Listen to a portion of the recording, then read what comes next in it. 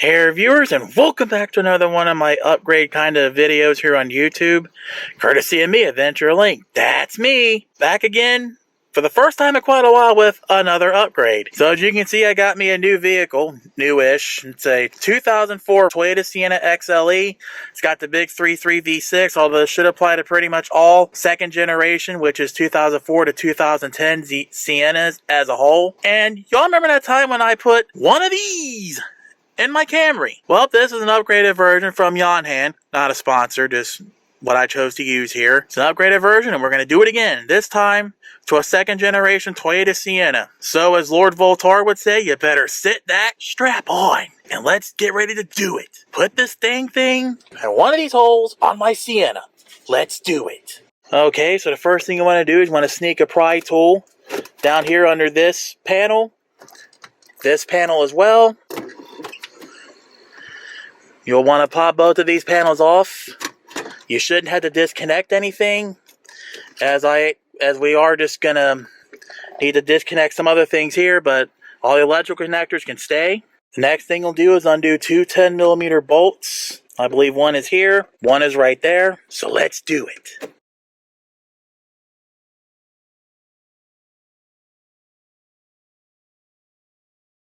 There's also a few clips in here too. There should be one right around here, one right around here.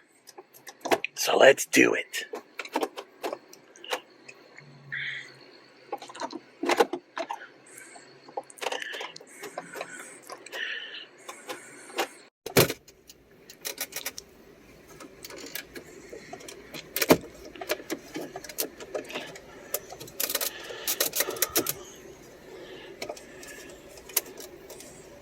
Heads up, there's more clips. There's one down here. There's one down here. However, you may need to move the gear shift some to release the panel here. So you want to put it in run. Have your foot all the way down on the parking brake. Foot on the regular brake. Put it in neutral. Pop this gear shift off. Or pop the panel off with the gear shift on. Turn off the blower, because that was on.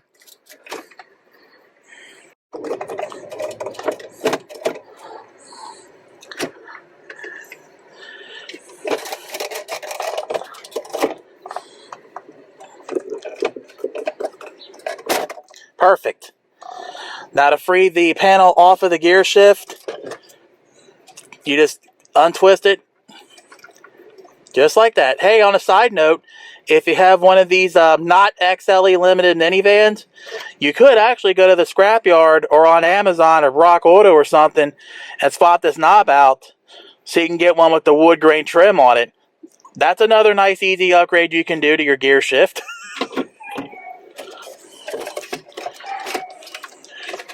Then remove the gear shift, put her back in park if you can. Boom. As Taras Cool would say, boom. Now you can safely turn the car off. And there's our electrical connectors for the power adapters. So to take a closer look at these electrical connectors, as Erico would say, enhance. Enhance. And yeah, it still actually looks good. LG V60, baby. Get yourself one. This is actually the best zoomed up picture I've ever had. That's a quick side note, but just like on the Camry, all these do is just up and out, boom. Up and out. Come on, up and out, boom. FYI, if you're going to put this back to stock, the white clear one goes on the right socket, and the blue one goes on the left socket. Okay, so off cam, I cut off the blue connector. Therefore, I'm going to use this hole right here, and expose the wires further. Got to cut the electric tape around the wires. I did take a voltage reading before I cut it off. Just so you know, this pink with the gray silver stripe, that's hot for the blue connector. This white with the black stripe, white with the black stripe is ground. Again, this pink wire's power, this white wire's ground, and on the white connector, this silver and red wire is your power, and your white with the black stripe is ground. So with a little bit of off-cam action, I got the cigarette lighter or power adapter yanked out of there, there is a tab down there you need to actually push in somehow to free it out all the way. But other than it not being secured properly, I suppose, or because I saw a piece fly off, I will say this thing came out a lot cleaner than I did it with the Camry. Ooh, there's a notice. Total power when using all outlets, 120 watts max. Keep battery from draining down. Heads up, this is a 36 watt module I'm going to put in here, so yeah, make the math there. I think that's like 84 watts that I could put in through this circuit, so there it is what it is. Now your car may have this or not, but on my Sienna there are these electrical connectors that go to the heated seat switch. You just push in the button, yank it out, boom. You do the same thing on the other side. Push in, yank out, boom. Okay, so temporary design change alert. I'm still going to go through with this. However, I put the little USB thing in the hole. There it is, lined up just fine. However, if you're going to put it in the left socket like I did, this little clip here that holds this clip, this plastic piece is going to keep hitting on this ring. So you're going to have to take a Dremel or scissors or something. You're going to make a little cut here in the spacer so you can get this screwed in all the way. But to make your life easier, I would recommend putting it in this hole here. Oops. See, this is why I film these videos. I make mistakes so you don't have to.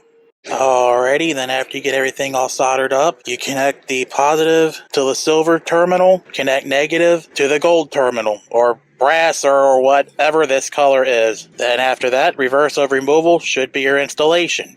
And there you have it, folks. It's working. Vehicle's in run. It's working. Now let's see how well this thing does when I start it up.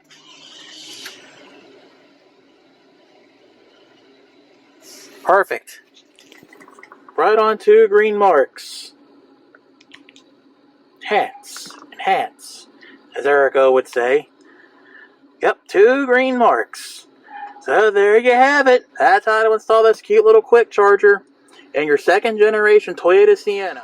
Alrighty folks, so that was another simple modification you can do to your vehicle. I must say it's a good modification. I don't know why these vehicle manufacturers don't have these quick chargers in vehicles in the first place, but it is what it is. Some final tips though when you set everything back up. If you want to reduce your wiring, because mine was pretty long when I put it back in. When you splice it in, you could elect to go for a shorter piece of wire. Also, I forgot to mention there are those little like ring terminals ends at the end of the connection. There's one for the butt connector that goes to the charger, and the other one's for a ring terminal, like where you can put it to power ground on the battery. Just cut those ring terminals off, you don't need them. Additionally, there's a little black piece on the red wire for a fuse.